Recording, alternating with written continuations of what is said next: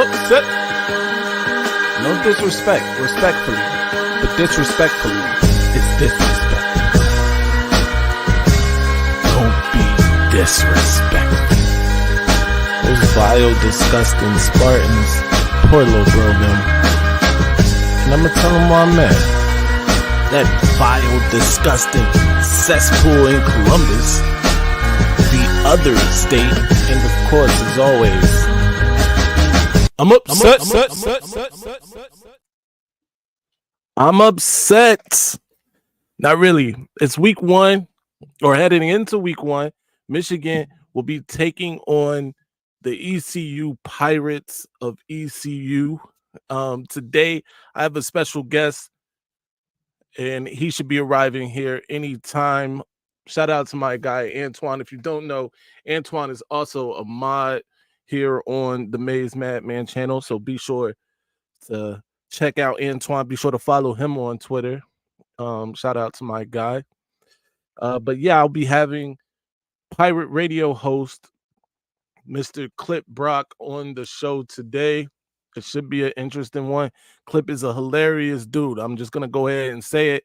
Very funny guy, and he's very entertaining. They did a preparing for the week. They did a clip where he's dressed up as like the Steiner brothers. For those who remember the old WCW days, the Steiner brothers were a big fixture on WCW. They did that. He referred to Jim Harbaugh as old khaki pants, which I didn't appreciate, but I get it. It's all in fun. Shout out to Keller. No disrespect, respectfully, but disrespectfully. It's disrespectful. This live chat to start late. I'm upset. Yeah, we did push it back, trying to accommodate for Clip. Shout out to my guy Seth. Apologies to Keller. We will, get better with the time. Right now, we on CP time. For those who know what that is, if you know, you know. But yeah, in fact, we have Mr. Brock here with us now. Let's go ahead and get it started. How you doing, Clip? Hey, I'm good. Sorry for being tardy to the party. No, it's no problem, man. These people are used to me being tardy all the time, so it's all good. It's a pleasure to have you. By the way, let me give you the proper intro. Carolina radio legend. You're the only one that called me that. Clip Brock. You're the only one calling me that. Somebody. I hope it's catching on. Start that. Absolutely. Yeah. Clip. Why don't you go ahead, introduce yourself, and give some background to my listeners here. Yeah, so I graduated from ECU in 2006. I interned at Pirate Radio. So we are a independent station, not affiliated with the university. But for example, tomorrow on my show, I have the AD John Gilbert. So we just cover East Carolina athletics, cover athletics going on in the area, the region, national as well. And I've been there now full time basically for about 15 years, and host a show from 3 to 6 covering the Pirates and again talking other sports stuff. So we call ourselves the voice of the Pirate Nation because we have the most popular, really, I guess the only post-game show, and that thing gets wild. People call in and we go 3 hours sometimes, whatever, depending on the outcome, and do a 4-hour pregame show where this week we'll be actually watching the game on YouTube with a couple of former Pirate greats, Marcus Crandall and Jason Nichols. So we'll be watching the Michigan game. So we're going to be on all day Saturday. But yeah, what we do, we love East Carolina athletics and we live it. So absolutely, man. That sounds exciting. Actually, I actually did radio myself, top 40 at midnight, by the way. It was pretty dead out there in Morgantown, West Virginia. But, yeah. Good times, man. So I got some radio background. I know that grind. But 15 years, that's impressive, man. Definitely a legend. I was just explaining to my followers, by the way, make sure you share the stream. So we obviously get some more people in here. I was just explaining to them how you guys did the the Steiner brothers Oh um, yeah, thing for leading into week one. Gave Michigan, or I'm sorry, gave ECU a 144 and 2/3 chance of winning. That was the Steiner math there. But let's get into some real questions. All right. Obviously, Mike Houston, the coach of ECU, had some success in his previous stop with JMU, I believe, FCS champion there. yeah. JMU was at the Citadel before that, and JMU came to Greenville and whooped East Carolina week one when Mike Houston was the coach. And it Right. was kind of like, all right, if you can't beat them, join them. So let's get this guy. But so yeah, he's this will be year 5 for him, and been getting better and better every year. So I would say his approval rating's pretty high here in Greenville. Absolutely. By the way, I want to remind everyone, if you have questions, please leave them for Brock or myself, for Mr. Brock, I'm sorry, or myself. Uh, this is one thing I wanted to bring up. You guys are losing a lot of talent this year. You got, starting quarterback, wide receiver 1 and 2, I believe, last year, 2,000-yard receivers, Yeah, and starting running back. How are you guys replacing that talent this year? man. I wish we could have played you guys last year just to see what Right. that team would have done. But Yeah. yeah, Holden Ahlers played a ton of football here.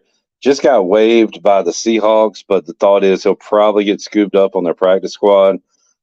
Keaton Mitchell, the running back, made the 53 man for Baltimore, so we were pumped about that.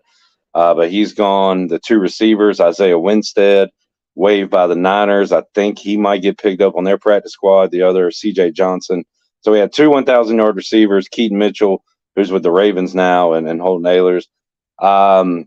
There are some returners. Rajay Harris is a talented running back that's returning from injury, and he's going to be full systems go.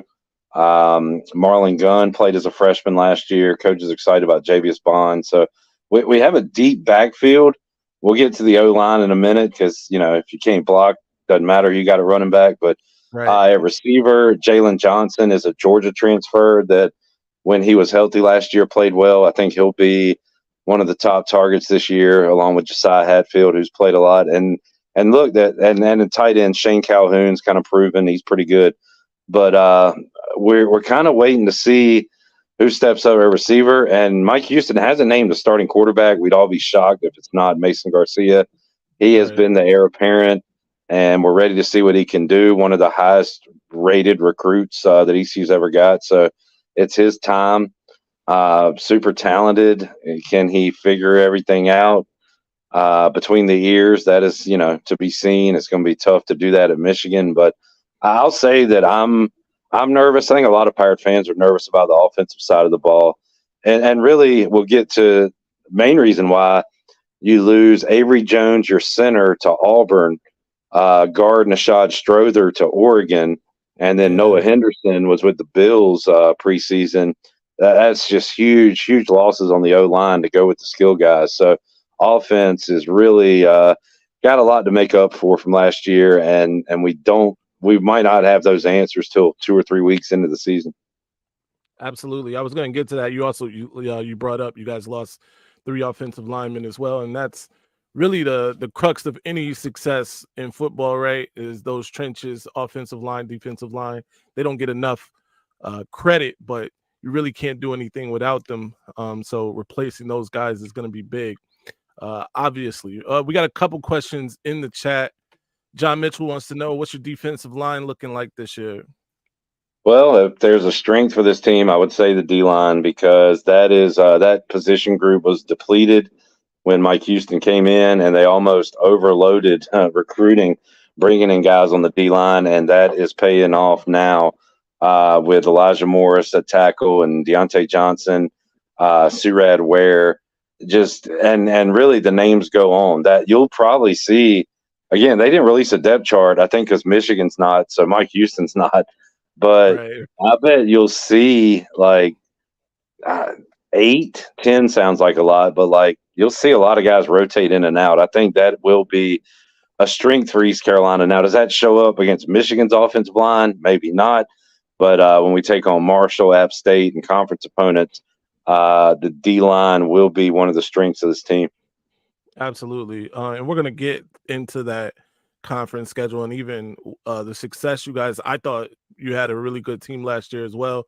You spoke about wishing that team could have played Michigan.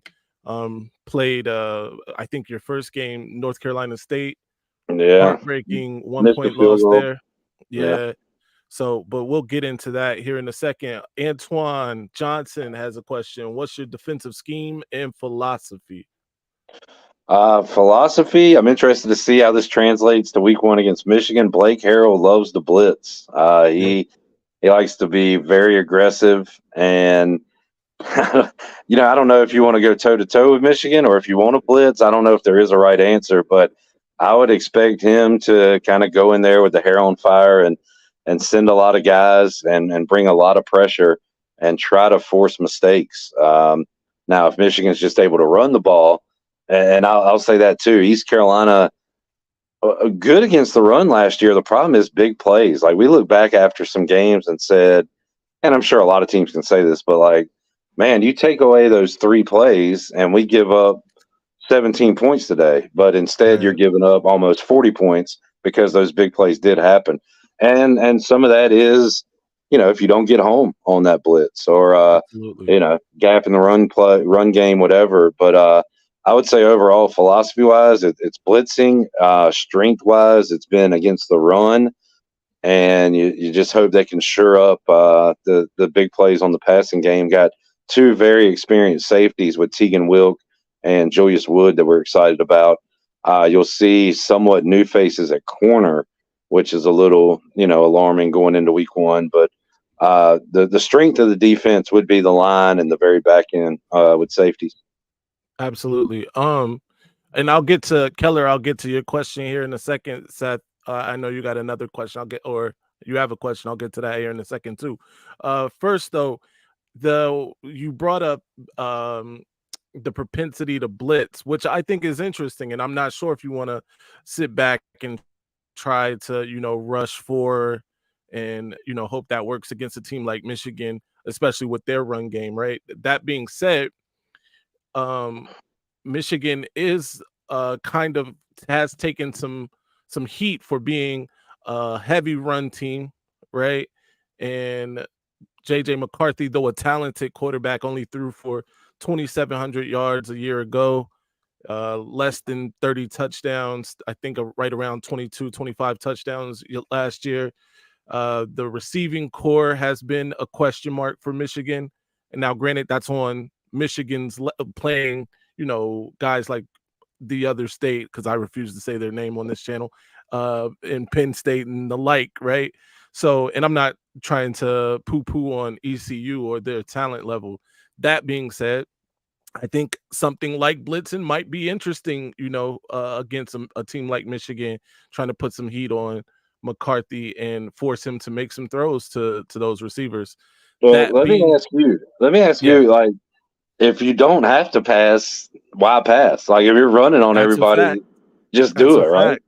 Yeah, I think I agree with that 100%. I also think teams, especially week 1 against non-con opponents, considered group of 5 opponents may get out of their body a little bit. We're not going to have our head coach, right? You are well aware of that.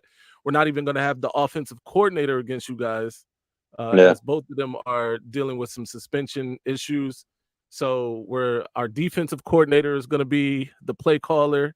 That may lend itself to a bit of conservatism with play. I'm sorry, he's not going to be the play caller. He's going to be the head coach, while the quarterback coach is going to be the play caller, which leads itself to maybe, trying to see what the quarterback has and trying to show off what JJ can do. So we'll see what happens. It's going to be interesting, that dynamic anyway, the dichotomy of it. So let's get to a couple more of these questions in the queue. Curious to know what the perception of Michigan football program is from the perspective of the ECU fan base. Just super overrated. No, of course. Like, what everybody Right, says, they are a right. contender, and what's made of them a contender? I mean, it's what they've done the last 2 weeks of the regular season, like the last 2 years, right? I mean, Yep. those are huge. Those are beat downs, and played an epic game in the playoff last year. So Oh it's man. yeah, sorry, but I mean it was a good game. Right, But right. No, it was a good game. no, man, this is like the most daunting task. And East Carolina, a lot of y'all probably don't know like the older history about you know going to Miami when they were top 10 in '96 and just stomping them. It was like 31-6. And Wow. ECU beat Miami, and I was at the game in '99. We had just had a hurricane, so we had to play 2 hours down the road at NC State Stadium, and we beat. And I'm a Washington Commanders fan, so like we had Portis and Moss together. They were on that Miami team with Right. Bubba Franks and pretty much at Dan Morgan and whoever, everybody. So like ECU's beat some big boys, but I don't think we've seen a boy as big as this, So the thought is that Michigan's the real deal, and we like the challenge. I mean, we like to take on the bigger guys and see what happens. But yeah, nothing but respect, certainly on our end. And honestly, we got a lot of fans, man. When this was announced, that like the Right. big house is kind of a bucket list for a lot of college football fans. So you'll see a ton of Pirate fans. I don't know how well y'all know about East Carolina tailgating and partying, but we're SEC quality tailgating and partying, and you'll see a lot of Sounds like Pirate fans fun. out there. Yeah, yeah. I mean, we got a ton of folks going. I've already got a lot of people lined up on our pregame show Saturday to come on live from outside the stadium. So people are really excited about the trip. Absolutely. Um, one of my guys, Antoine, says I wouldn't advise blitzing against young corners. I mean, obviously that is true, Antoine, but you got to do something too. To Clip's point, right? You don't know what's going to necessarily work, and like I pointed out, we do have question marks at receiver until proven otherwise. And none So of it there's that. matters if you're getting 8-9 yards a clip running the ball anyway. Like we've That's got true. to somehow force a 3rd and 8 every now and then, or a 3rd and 6. So to put us in Right. a blitzing opportunity or show blitz and not. But if Michigan and that giant O line can run the ball, then none of that passing stuff even matters. Absolutely. I agree with that. What is somebody had a question and I actually thought this was a decent one. Not to say that anybody else's questions weren't decent, by the way. I don't want that problem. Number one player to watch if for on ECU. Um, I love 47 Rajay Harris. He joined us on the show all last year, every Monday, and he's a running back. He came in with Keaton Mitchell. They were both freshmen in 2020, I guess, and just the spirit he showed coming off a major injury, coming back. And he's a good player. He doesn't have the top end speed, but he's a physical runner, and just personally, I like him. Receiver wise, if I could give you a name, I guess Jalen Johnson, the Georgia transfer, who really had one breakout game last year. He acknowledged during media day a couple weeks ago that he was never 100%, and he's feeling really good going into this year. So I'm interested to see who our play. Again, we lose two 1,000-yard receivers, a 1,500-yard rusher, whatever. Who is the go-to guy? And it might be Jalen Johnson this year. So there's a couple of names, although I expect the Pirates to use a lot of running backs, and one could be a true freshman, Javius Bond. Mike Houston has shown with Harris and Mitchell, and also with Marlon Gunn last year, he'll play true freshman running backs, and this year the guy's Javius Bond, who does have some top end speed. So there's a few names to keep an eye on offense. Absolutely. So as you can see at the bottom here, my next question pertains to upsets and upset alerts. Obviously, Michigan being a victim of this back in 2007, I believe, to your conference mate Appalachian State at the time, who was a FCS school, came to the Big House and pulled off the upset heard around the world. Do you think what do you think the chances are of something like that happening this Saturday? Well, App State not in the conference. They are an in-state foe. Right. I remember by watching that game as ECU was playing Virginia Tech, trying to upset them week one. Right. It didn't happen, but we did upset the Hokies the following year in Charlotte. I don't know. I mean, the chances of it happening, Steiner math says like 140 some percent. I would say more like 3%, 3 out of 100. I don't know. That might be too high. Yeah. But upsets happen every year. 36-point spread upsets don't happen every year, but they have happened before. Mm-hmm. So, yeah, man, I don't know. It's going to take a mistake-free game, all the coach cliche stuff. Michigan's going to have to turn it over. We could take a fumbled snap or two. That would help. It would take a lot of Michigan miscues and us playing perfect for it to happen. But we've upset some teams before. Never, this big of an underdog though. Obviously. Yeah, ECU does have a pretty good history of upsetting some teams. By the way, and this is my fault. I was calling you guys Eastern Carolina University for the longest time. Oh no. And that's my fault. It's East Carolina. I don't want to have to walk the plank. Yeah. People get really upset about that. Yeah. And I understand. I dig it. I would be upset if they called us Michigan State, for instance. So I understand fully. As far as the upset goes, man, I still have a nasty taste in my mouth from that upset. That will never be able to live it down, right? People like the Ohio State people in my comments now, i.e. Goj, right? They'll never let us live it down. So it is something that hurt, especially I think we were like top 3 team in the country at the time. Was Mike Hart the running back on that team? I believe he was. Mike Hart was the running back on that team. Mike Hart is now the running back coach.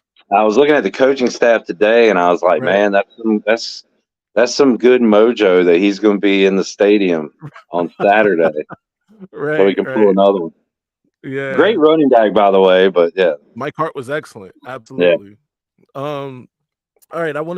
We gotta talk a little bit about it. I know it's gonna suck for you a little bit, but as good as your offense was a year ago, right? There were definitely some defensive struggles, especially in the pass game. I think 130th was your rank in pass yards per game a season ago. What has Mike Houston done anything to address that? And if so, what is it? Yeah, and my co-host. Well, Ryan first of all, we've got a couple new corners, and Siobhan Ravel is a 6+ corner. He's a tall corner going to the kind of tall, rangy, lengthy guy, and kind of just getting better from within, bringing up some guys that have been on the roster to play corner. Again, our safeties are back. The numbers don't lie. I feel like they're kind of misleading. There was that game against Houston where we just got boat raced. That was kind of a weird one, where we should have been more competitive there. But in the games we lost, like to NC State, to Navy, even like Tulane, it was because our offense let us down, believe it or not. So like some of those losses, it wasn't the defense's fault. I'm not trying to like stand up for our defense, but I feel like some of those numbers didn't indicate how some of our games went. And again, I talked about those big plays, like just big giant chunk plays hurt us last year, and those were in the passing game, and you gotta secure those and get better there. We got to get better pressure on the quarterback too. That's the thing. So like when you send 4 or only send 5, or when you do blitz, you got to get home, and Pirates didn't do that enough last year. So it's it was a problem, but again, it's kind of weird looking back at those losses. I almost blame our offense, which was really good and potent last year, not stepping up when they needed to. Absolutely. Blank name says definitely ECU's best chance to go balls to the wall. Boise State versus Oklahoma type play calling, trick play after trick play, ultra aggressive on defense, trying to get turnovers, which basically you pointed out too, right? Some turnovers in your favor would help in the upset bid. Maybe that blitzing would help. Who knows, right? Yeah. But And the upsets we've had in the past, like we've beat or went toe to toe with Virginia Tech a number of times over the years. And they played, this was like old days of Beamer, where they would play very conservative, run it up the middle. And we did have guys that could stand up, go toe to toe. And we didn't have to do a lot of blitzing and trickeration and things like that. I just think Michigan's a different animal from the Hokies, that the teams that we've beaten from. I mean, they're somewhat similar to those Miami teams we beat in the 90s.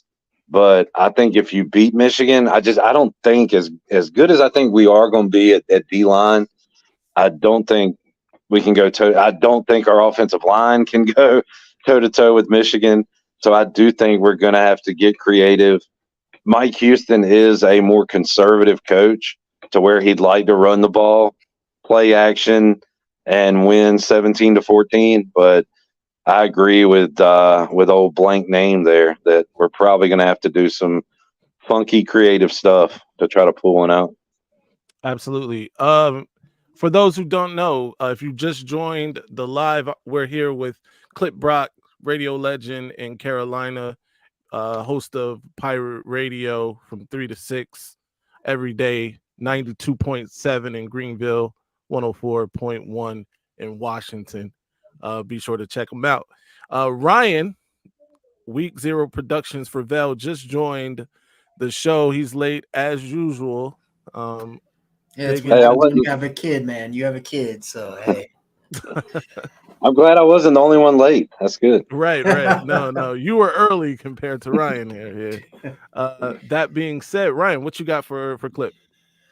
Not much, man. I think honestly, you'll laugh at this, Phil. I think Michigan is a little bit on upset watch. Oh my god! Because of not having Jim Ryan's Harbaugh. a Notre Dame fan. Not okay. This has nothing to do with me being a Notre Dame fan and hating Michigan. Right. We saw East Carolina take a ranked North Carolina State team down to the wire last year during Week 1. Why can't they do it against Michigan?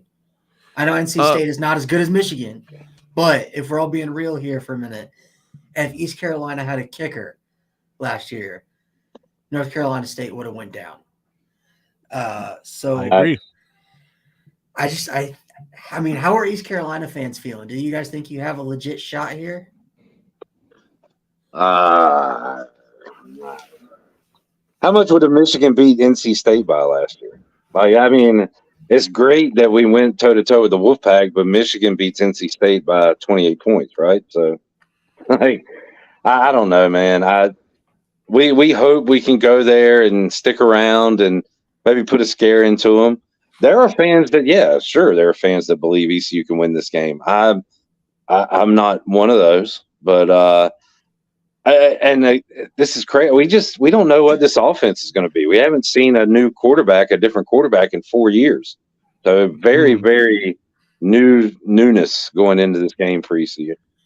I mean, from experience, we lost to Marshall last year, and I'm pretty sure most Marshall fans did not think that they were going to come into Notre Dame and beat Notre Dame. So, especially when you play it like East Carolina, this is your opportunity. I mean, hey, Michigan could be sleepwalking into this game. It's Week 1. This is when you see the top teams, no matter who they are, make their mistakes. And I think East Carolina is a solid team. They're one of the best Group of 5 teams. They have been at least the last 10 years. So I don't think an upset is out of the realm of possibility. You need a lot of stuff to go your way. But, Phil, how are you feeling, man? I mean, you got the whole coaching circus going on right now at Michigan. There's a lot of noise for sure. It's a lot of noise around Ann Arbor. This if it were going to happen, if an upset were going to happen, of all our 3 non-con opponents, I think ECU is the best of them. That said, I am confident that Michigan wins the game. I do think that all of the elements, if you were going to upset Michigan as a group of 5 team, all the elements are there this week. We have no head coach, no offensive coordinator. Our quarterback coach, our freshly minted quarterback coach, is going to be the play caller. Our defensive coordinator is going to be the head coach. Jim Harbaugh's dad is going to be the assistant head coach. So there's that. So all of the elements are there for sure. But I do think, just talent wise, Michigan is on another level. We were returning 80% of the production from a year ago. I like ECU personally, but I think Michigan's too strong. Antoine has a message for you, Ryan. If you thought boy, Sam I thought Hartman Sam was is the best quarterback in the nation, but I take it back now because of what you said about Michigan. Sam Hartman is no longer Sam the best Hartman is not quarterback the in best college quarterback football. in the nation anyway, regardless. No matter Thank you. I'm glad you said that. That must have taken a lot for you to say that. No, I'm a Notre Dame fan all the way, but I'm also a realist. Now, top 5, sure, but for sure. But I mean, I watched a lot of Hartman. Watched a lot of Hartman in Wake Forest, man. He's fun to watch. He's slinging it around. He's the real thing. Yeah, I mean, I think that he somewhat answered the question if he was a gimmick quarterback or not this past week. But all right, enough of Sam Hartman and Notre Dame. All right, 8-5 a season ago. I think 4 of those losses, you guys were right in the game and could have won, right? Speaking of ECU, Clip, what are the expectations for ECU in 2023? Well, Vegas has the win total at 5.5, I think. Jesus. Again, because of unknown. The thing is, Mike Houston, this is the most depth ECU's had. The infrastructure is great. You've got your head coach in year 5, your coordinator's back. You just lose so much production that offensively it's tough to project. But I think 6 wins, 7 wins, something like that. Who are the losses? Michigan. I don't have the schedule in front of me, but Michigan, they'll definitely be an underdog at UTSA, who was a top 25 fringe team last year. They'll be an underdog to Tulane, which I think Tulane takes a little step back from last year maybe, but they'll be a dog in that game. SMU comes here on a Thursday night, but they're projected to have a pretty good year. And then the non-conference games with Marshall and App State. One guy here knows about Marshall. And the other guy knows about App State. How about that? Hey, man, you know what? Right. I try to tell people, Notre Dame losing to Marshall, that's a terrible loss. That should never happen at the University of Notre Dame. But give Marshall credit. They were one of the best teams in the group of 5 last year. They won 9 or 10 games, yeah. Yeah, they were 9-4. And they play in, now that the American, we'll get into that a little bit. Now that the American has, lost kind of some of its, core teams that were what made that conference so deep. I think the Sun Belt is probably the best and deepest group of 5 conference at this point. With, Coastal Carolina, App State, Troy. Now you add, Marshall to the mix and James Madison. I look at the American now, and I wanted to ask you this because, being an East Carolina guy, how did you feel about UCF, Houston, those other teams leaving? And how do you feel about the teams you got back, moved up? Do you think that hurts the conference? Do you think it helps the conference? What's your opinion on that? First of all, my least favorite thing in the world is conference realignment. And we don't have any rivalries. I don't really care about UCF and Houston and Cincinnati. I don't care about our conference. I hate it. It makes no sense. Why are we in a conference with North Texas? Why are we in a conference with a team from San Antonio? None of the crap makes sense. I'd definitely say we got weaker. Yeah, like UAB, well, they're kind of weird because they got Trent Dilfer year one, but they've been pretty good. Overall, to answer your question, we definitely got weaker. And looking at the conference this year, it looks like there's a top 4 in the tier with Tulane, Memphis, SMU, and UTSA. And then maybe we're in a group after that with FAU. I don't, nothing about this conference excites me. I mean, to be honest with you. So are you, because I know I run the UTSA account for Sideline Sports. So I, talk to the guy who runs the ECU page over there a lot. And I get the sense from a lot of your fan base that you guys are wanting to move out of the American. You guys wanted to join the Big 12. Sure. I mean, are you up for that? Going up to Power 5? Absolutely. Well, yeah. I mean, whatever makes the most money, whatever puts you in the highest profile position. But all this conference realignment stuff has not helped ECU over the years. So I tend to just avoid the whole conversation. It's all silly to me anyway. But yeah, we'd love to move to something better than the American. But at the same time, like, win your freaking league. Like, why cry about going somewhere? Just win the one you're in. Let's do that, right? Absolutely. Most important area for the Pirates this season, most important position group for the Pirates. I think you already touched on it a bit, but just to reiterate. So I think Michigan got 3 O-line transfers from the Pac-12. Is that right? We did. We got our O-lineman from the MAC. In fact, Akron, we got 2 from the MAC. Somehow putting together an O-line that plays well together. You got a first-year quarterback, a guy that's been in the system for a while, but first time he's playing. You would love a veteran O-line group in front of them. That's just not the case. So they're going to have to get that right week 1 against Michigan, but then against Marshall, then against App State, and then when we get into conference play. So, again, I feel great about our running backs, pretty good about receivers. I think Mason Garcia will end up being a good quarterback, but the O-line is something that's going to have to come along and have to somehow allow us to show these playmakers we got, So that is something I'm keying on here early and throughout the year. Well, Clip, I've had you for about 30 minutes. I want to thank you again for agreeing to be on the show. I know we set this up. I set this up months ago. I'm just glad you remembered. Yeah. You're like, hey, can you come on like 3 months from now? I'm like, yeah, can we do it today or what? But no. And while you're here, can I, and we'll talk DM or whatever, but if I could get you for a few minutes, and I'm about booked this week, but maybe on game day, if you maybe got 5-10 minutes to chat, game day morning, you available?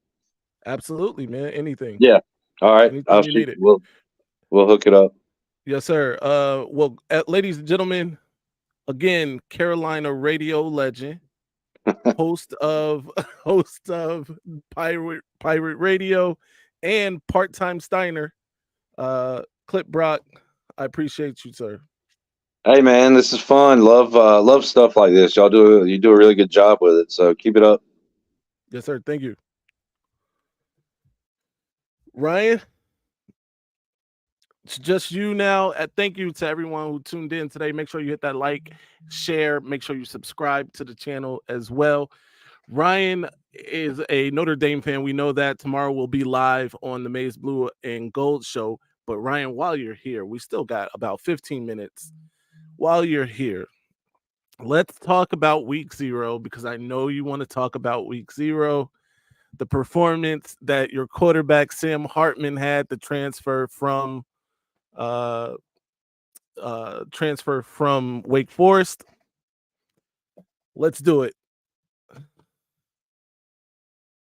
You're muted. That's all I gotta say is he balled out. It's key 2 words. Balled out. I think he answered the question a little bit. I still want to see what he does against Ohio State, North Carolina State. But I think he answered the question and answered North Carolina State this week? No, we play North Carolina State next week. Okay. At NC State. So that'll be the first true test. But I think Sam Hartman, for the most part, answered, the question of, is he a gimmick quarterback? Was he only good because of the slow mesh at Wake Forest? I think he, put that to rest. I don't know if you saw, I got into some real Twitter argument with my guy, Antoine Johnson, and somebody else who commented on the post or whatever. But Antoine thinks that Sam Hartman is the best quarterback in college football. I had to temper that. I was like, yo, he's top 5 for sure, top 3 even, but firmly behind Caleb Williams and Drake May, in my opinion. That being said, where would you rate Sam Hartman in terms of college quarterbacks? So I have Sam Hartman at 5. I think not in any particular order, because Caleb Williams will never be number 1. Not I don't get close, paid Jorge, anyway, right? man. I don't get paid, so I can't get 5.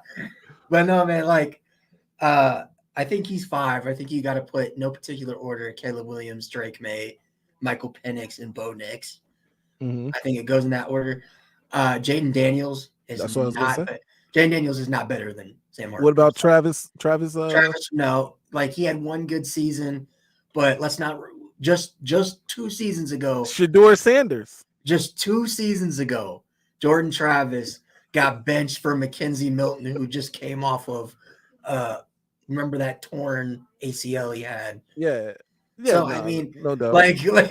Let's call it, Jordan Travis is a really good quarterback, but Sam Hartman has been a great quarterback the last 3 years. So I think that gives him an edge over Jordan Travis. I had Jordan Travis at 6 personally. You didn't answer about Shedeur Sanders. Shedeur Sanders is not top 10 right now. Dude, no, seriously, No, I'm not laughing because I agree with you. He is not a top 10 quarterback. Until I see him play an actual FBS school. Right. I'm sorry, I'm not having Shedeur up there in top 10. I drafted Shedeur on my college football fantasy team. That would have been better if he would have been still playing at Jackson State. It would have been. Jackson State looked pretty good actually. Hey, they did against South Carolina. Yeah, maybe they didn't need Dion. Had Diddy out there. It was a good time. Oh man, see, Antoine, you are my guy though. I hate Caleb Williams with a passion. Playground football, USC defense will make sure. Like I told my brother, man, you keep running around, you're gonna find out. Look, so I agree. Look, if you want to, if this was a question about who's going to translate to the next level the best, maybe an argument for Sam could be had. That being said, in college football right now, as a college football quarterback, Caleb Williams is the best quarterback in college football. He made a throw, and this was I was trying to explain this to Antoine too. Not the throw where he bobbled the snap and then picked it up, flicked it. Although that was impressive. That was against San Jose State, though. I get it. I'm not saying I'm not. I get it. Well, he did it against Notre Dame too, but that's neither here nor there. There were 5 or 10 holdings on that play, but we aren't going to talk about it. Sure. He made a throw in week 0 this past Saturday, rolling to his left, where he threw the ball. It had to be 50, 60 miles an hour to a receiver in a space like a 1-by-1 space. That was ridiculous. People aren't doing that. Yeah, for me, he's like Patrick Mahomes in terms of the stuff he pulls out of nowhere. But, I mean, I just think Patrick Mahomes is, it's kind of a conversation. I honestly think Caleb Williams will end up being a bust in the NFL just because what Patrick Mahomes does is different. They play similar, but I think mechanically, decision-making wise, Patrick Mahomes is superior. And just, I don't know, man, USC, look at all the quarterbacks Lincoln Riley has had. Jalen Hurts, Baker Mayfield, why am I blanking? Kyler Murray. Like, look at Kyler Murray. Kyler Murray is one of the most talented guys in the NFL. But Cardinals fans are considering him bust already because he hasn't done anything to contribute to winning. All he does is run around in the backfield for like 20 seconds and either get sacked or make a great play. Like, that's how Kyler Murray plays. But overall, I mean, one thing I did want to talk about though is, it's funny how Michigan fans after the Notre Dame Navy game, I think you're frozen, Phil. Oh, you sent it in our group chat. Michigan fans were like, after the first half against Navy, they're like, all right, we've seen enough. Notre Dame's beating Ohio State. And then, dude, it's so hilarious. Like, I was watching this video on Josh Pate. And he was talking. Or Pate? I think it's Josh Pate or Pate. I'm pretty sure it's Pate. Josh Pate. But anyway, when there were Notre Dame posts, like all this week leading up to, they're playing in Ireland, blah, blah, blah. There were more Ohio State fans in those comments on those posts than Notre Dame fans. Yeah. And they're like, oh, Navy is going to keep it close. I'm hammering the under. It's going to be a close game. And then when that doesn't happen, Notre Dame blows out Navy, and then there's posts about, Sam Hartman throw 4 touchdown passes, blah, blah, blah. The first people to respond to that are Ohio State fans. Oh, well, you played Navy. Oh, our 4th-string quarterback could do that in their sleep against Navy. Right. I'm like, are we well, living they've got some quarterback issues over there right now, by the way. I'm like, dude, are we living that rent-free in your guys' head? It's not just you guys. It's not just you guys. In fact, announcement really quick. Week 4, leading into week 4, we've got a guest from the Scarlet and Blue podcast, Mr. Dean Garrison. He's been in our comments as Buckeye Garrison. Buckeye Garrison will be a guest week 4, leading into that Ohio State Notre Dame matchup. I brought him specifically on for you. He will also be the week 13, I guess, or whatever week it is that we play the other state. He'll be the guest that week as well, because he's hilarious and he just lives in an alternate reality. So we gotta obviously try to get him unplugging from the Matrix. But I do want to. I want to shout out Michigan fans because while Ohio State fans were going nuts, Notre Dame post about beating Navy about, it's just Navy. Right. Michigan fans came in to defend Notre Dame, and they're like, sounds like someone's just scared. They got to place a specific team in week 4. Yeah. Because they don't know who their quarterback's going to be. And we already got Sam Hartman, who's throwing 4 touchdown passes. It's like, absolutely. Ohio State does it. Like, I'm sure they do this to Michigan. Like, they'll say, Michigan's going to lose to so-and-so. Yeah. It doesn't happen. And then, though, they won't give you guys credit for it. And then they'll say, we're going to drop 50 on Michigan. When that doesn't happen, the excuses all come out. And then they move the goalposts. They keep moving them. Oh, they're habitual goalpost movers. Habitual. They are habitual goalpost movers. Do you think that? If you're an Ohio State fan, do you think that you're worried now about Notre Dame? Like, are you legitimately? They're terrified. They're terrified. They have no reason to feel confident going into that game after what they saw from Sam Hartman, because I think what they were hoping for was a replay of last year and Notre Dame's offense kind of struggling, at least at some point in that game. And at no point in that game did Notre Dame's offense look like they were in trouble. That offensive line completely mauled Navy. Now, granted, they outweighed them by 1,000,000 pounds, but still, it is what it is. Let me ask you this, Phil. Were you more impressed with, was Notre Dame's offense better than what you thought? Yes, I was impressed. In fact, I was a person, you may remember we did the live. I thought that Navy would keep it close. Would keep it close, right? I thought that the spread was too much. It obviously was not. So there's that. And I was impressed with Notre Dame's offense. I think the young receiver, Great House, I think it is, Two had two touchdown touchdowns passes as a right? true freshman. Yeah. So they got some talent over there, and we all know that the best in the what is it? Best in America is not best in America right now. So I'm sure they it's just have plenty to worry about.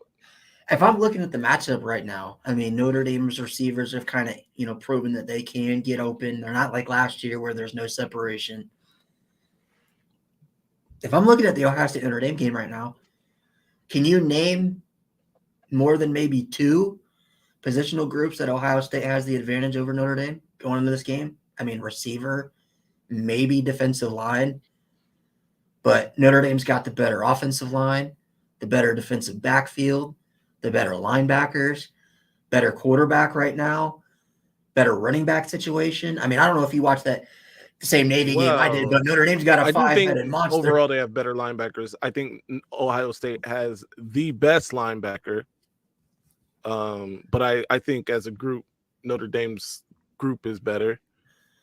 I mean, I don't know if you saw Notre Dame played 5 running backs, and they all got averaged 5+ yards a carry. I watched. Actually, I went with the intent to. I watched the game with Dallas fan, by the way, who is a Notre Dame fan.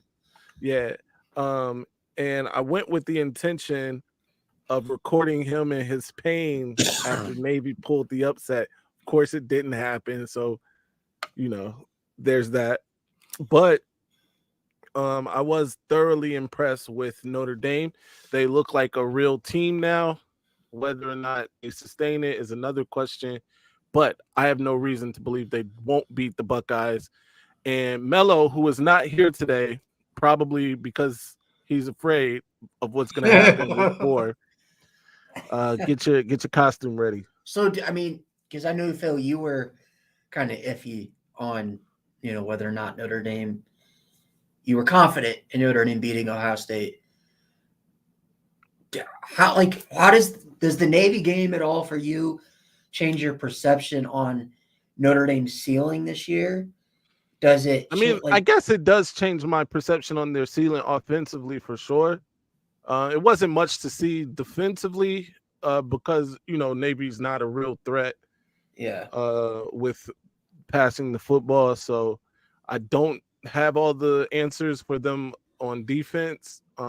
We know what they have in the backfield, in the defensive backfield, what it's supposed to be, but you obviously want to see what they look like against a team that can pose some sort of threat throwing the football. Other than that, though, absolutely. Do you think that what you saw changes? Like, do you think they're a playoff team? Do you think 11-1 is more realistic now? Look at this guy. So they can be a playoff team. Sure. Yeah. 11-1 is realistic, especially if they beat the other state. Right? If you win week 4, do I think they're going to lose to both USC and Clemson? No. In fact, I would pick them to beat Clemson.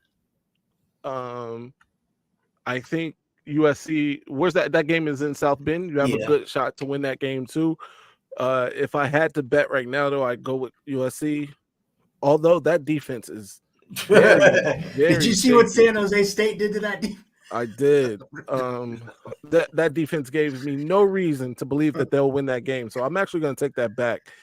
Notre Dame can run the table if they beat the other state, in my opinion. Let me ask you this though: if they go 12-0, if they go 12-0 with that schedule, do you think that the committee puts them as the number 1 ranked team in the country with that schedule? I don't know. I guess obviously things have to play out. If there's another undefeated team, if Georgia goes undefeated, then no. Okay. Right? If Michigan is undefeated, then no. Mm-hmm. Although you would have played. Oh, you don't play Florida State. You would have played 3 or 4 ranked teams. Yeah, and some of whom could be preseason ranked champions. Teams. Like USC could win the Pac-12, and Notre Dame would have a win over them. Clemson could win the ACC. Notre Dame would have a win over them. Ohio State would probably. Well, Because the Big Ten got rid of divisions, right? This year, or is it the last year? No, divisions? next year Okay. it will. This is the last year. We had two Keebler L's at quarterback. Couldn't see over the line of scrimmage. And didn't know they were doing. Can't throw the ball further than 25 yards. I think the thing is like the rankings came out like an ESPN came out with their updated rankings, and they moved Notre Dame all the way from because they had Notre Dame at 16. They moved Notre Dame all the way from 16 to 7 from beating Navy, and they dropped USC from 3 all the way to 9 for playing San Jose State because of the defense. I don't know if I'd jump that far because I think I wouldn't even say Notre Dame's a top 10 team right now. I kind of I want to know what the comment section has to say. Like after you guys, I'm sure we all watched the Navy game. Do you guys in the comments think Notre Dame is a top 10 team as of right now? Or do you guys want to see more? Because me personally, I'm not top 10 yet. I think maybe we move up a couple spots, but I want to still wait and see because it is Navy. Like, that's what frustrates me about the Notre Dame haters on Twitter, Ohio State fans, is that why can't both comments be true? Notre Dame did what they were supposed to do. Sam Hartman looked amazing. Notre Dame's receiving core looked vastly improved, but they played Navy, and we got to take it somewhat with a grain of salt because Navy's horrendous. Like both statements can be true. It's not, oh, Notre Dame's trash because they beat up Navy, or you're not going to give Sam Hartman credit for what he did because it's against Navy. Like both statements can be true. Absolutely, I agree. Shout out to NVR Bubba. I haven't been able to shout you out, but yeah, you want me to give my score prediction this week? I'm going to go with 45-3. The good guys in Ann Arbor. I mean that might be underselling it, but 45-3 Michigan. I don't, and only because ECU doesn't have. They lost like all their offensive production from a year ago, and defensively they were bad last year. They're going to be younger this year on defense. I don't see them being able to really stop Michigan from doing anything. So 45-3 Michigan. Let me ask you this, Phil, because like you know, they're the Michigan guy. Is with Jim Harbaugh not being there and the outside noise going around, with the suspensions and stuff. Do you think Michigan won't air it out as much? Do you think they just kind of stay to their identity, which is ground and pound, and just try to get out of there with a win? Like not try to get injuries, not try to force it. Because the quarterback coach is going to be calling the plays, they're going to air it out more. I actually think because they're playing ECU, they're going to air it out more. If this was a team, if we had that same set of circumstances, right? If Jim Harbaugh was going to miss, if Sharon Moore was going to miss, and we were playing Penn State, I absolutely think we run it 85% of the time under those circumstances. But because of who we're playing and because of who's calling the plays, I think we're going to air it out a lot, actually. So I guess I'll go ahead and give my score prediction then because I wanted to know that before.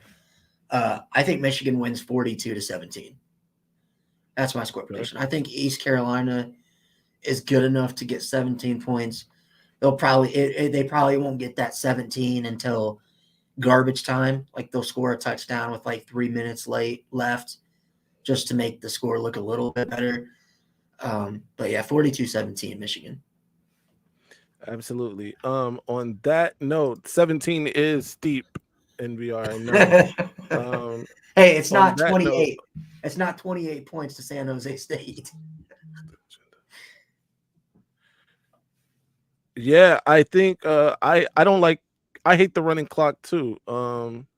It's kind of ridiculous. Account 22 says 52-6. That sounds legit. You're lying to yourself. Hey, you know what? Navy got 3 points. So East Carolina's better than Navy. So, I mean, football math doesn't typically work, but yeah, I think like I said, it's not like they get 17 points outright. They'll probably have 10 for the majority of the game. And then they'll score like when you guys have your fifth string defense out there. 68-3. Jesus. I don't know about that. 68. Like, especially with the running clock, I don't know about that. We scored 68. We're just bro, we're making a statement. What was your guys? What was the feel scores you. against Hawaii last year? I gotta see this. ECU lost 15 starters. Yeah, they're replacing a lot. And some of those guys were really good. 2 1,000-yard receivers, 16 touchdowns between the two of them, 3,700 So, like yard last year, passer. you guys played Hawaii, who was one of the worst teams in all of FBS. You guys beat them 56-10. So you guys gave up 10 points to the worst team in college football, like one of the worst. So I mean, like that's not so. Yeah, one of the worst teams. Like so, it's not like impossible to say 17 points for East Carolina. I think it's pretty crazy to say 17 for East Carolina. What did we give up to Penn State? Let me see. 17 points. Right. Yeah. Wasn't East that Carolina, game close Penn State? though? Like early No, on? it was close, and it was closer than it should have been because they got some fluky like pick six off of with the JJ, defensive defensive lineman. Right. But that game was never really close. Even when they were winning, we were winning. You were winning. Oh, you guys gave up 7 points to Colorado State. Yeah. Who went we're the 1-11. So I mean, like, I don't know, man. Okay, East Carolina gets 13 points. Is that better? Like, 13 they're in points. between Penn State and Hawaii. You get 13. Give them 13 points. It ain't about Navy. It's about what Notre Dame look like. People can't get that through their thick skulls. I agree. Hey, I think did Notre Dame look good. different to you, Phil? Like, did Notre Dame look different than what they have been the last 10 years? You're just trying to get me to say positive things about Notre I am, Dame. man. I'm fishing. I have already told you that Notre Dame will look good. No, I mean, like, different. Like, did they look like an actual contender? Offensively, they look different. They look sharper. They look confident. Like it was a different team. Wait, pull up that comment by Josh. We got to pull that comment up. Let's see how many days. 1,368 days since Ohio State beat Michigan. Crazy. We actually need Josh to say it like an Ohioan so they can understand it. 1,368 days since Ohio State beat Michigan. It has been 1,368 days since Ohio State last beat Michigan. Right. Excellent. Michigan actually should have blew Penn State out by more. I agree. If you guys didn't run the ball 50 times in that game, you probably would have. The disrespect. Anyway, we've been on for more than an hour now. Are you joining us, the Maize Mad Man for tonight? Well, I have to. Our draft is tonight, right? Yes, So are we drafting live? Yeah. Drafting live. 10 Eastern Standard Time tonight. I gotta be up at 10 o'clock on a Tuesday to draft this team to destroy them with all year. 10 o'clock tonight. Join me, help me. I need help drafting my NFL team tonight. So week 0, that was Ryan. He just left unceremoniously. Oh, there he is. All right. Say your goodbyes. You're muted, by the way, before you start talking. So go over to Week 0 Productions. Go give a like and subscribe. Go over and if you haven't already, watch the Michigan football pump up. It'll be something to get you over until week 1 against ECU. So go over there, Week 0 Productions. Phil, it is Phil Triple M certified that the Michigan football pump up is fire. Yes. So yeah, please go over and check that out. And tune in tonight for the draft stream. As we also discussed week 0 and preview week 1. So absolutely. It's gonna be a lot of Michigan talk. Anyway, till next time, stay angry, my friends. I'm upset.